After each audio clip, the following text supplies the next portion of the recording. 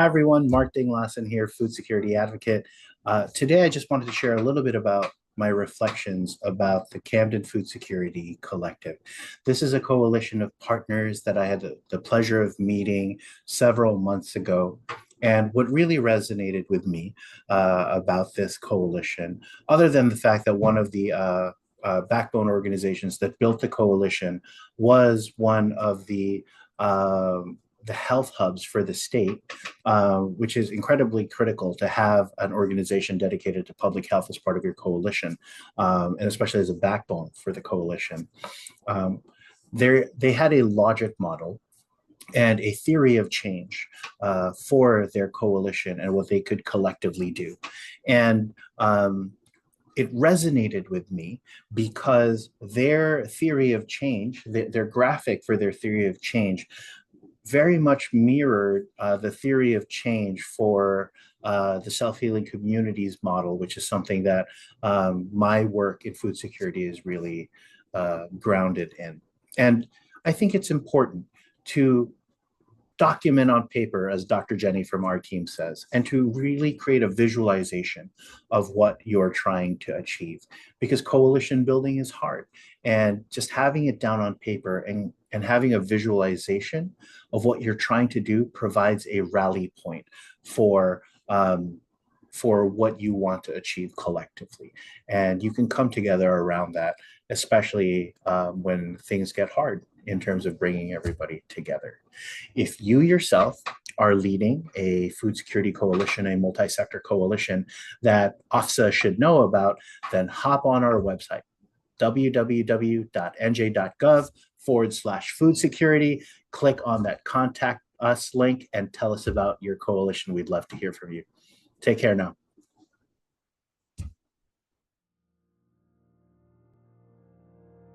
The Camden Food Security Collective really is focused on increasing food security and equity in the city of Camden, and to do so by 2031. One of the key strategy areas is the co-location of resources through community hubs. And we had a pilot that went on for about 6 months, and that pilot really provided a lot of insightful results as to how residents are currently accessing or not accessing key resources that they need for their daily living. So that pilot was really crucial in helping us understand the current situation and also the strategies and the interventions that need to be established in the future. From the work of the 28 agencies, our residents, the cross-section of all the different organizations, whether it's government, whether it's nonprofit, whether it's foundational, the work that they have been doing in this collective to move the needle upstream, downstream, in helping our residents of Camden. And we cannot do it alone. And Camden, 40% of our resources over the years from the Food Bank of South Jersey has gone to the city of Camden. The city of Camden, unfortunately right now, does not have a large supermarket. So people going to find fresh foods becomes a challenge.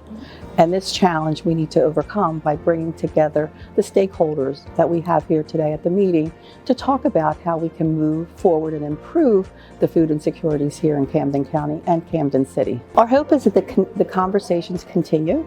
As one of the commissioners here in Camden County, my hope would be that perhaps with the partnerships that are here today, that we could bring together the stakeholders and make sure that the issues that our constituents are coming across, that they can't find fresh foods, that we can overcome that. I think my hope for the initiative moving forward as it relates to WRI's involvement and its overall mission is for the collective to make an impact in decreasing food insecurity in Camden City. But not only that, but in really helping the city to better understand some of the more indirect drivers for food insecurity. As we all know, food insecurity and direct access to food is usually not the beginning or end of the story. There is usually a concern or issue with things like housing or transportation or social services delivery.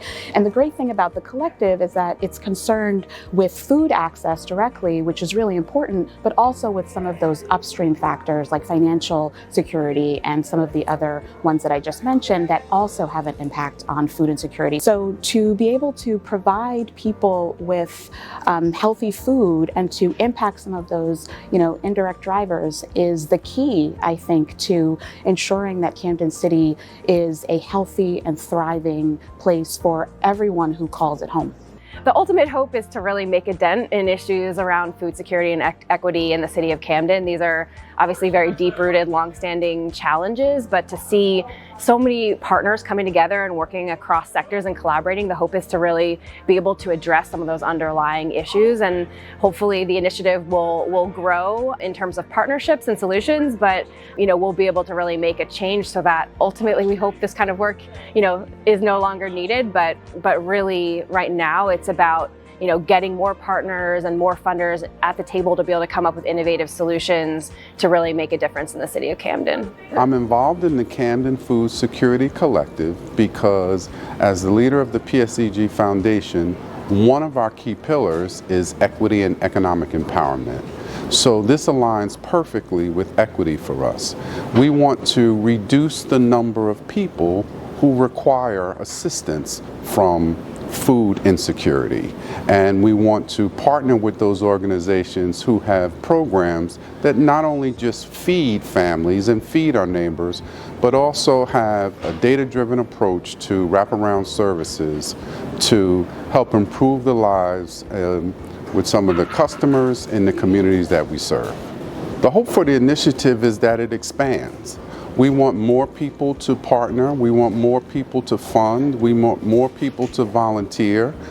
Our objective, right, and it should be the objective of all of our communities, is to reduce the need for organizations like the collective.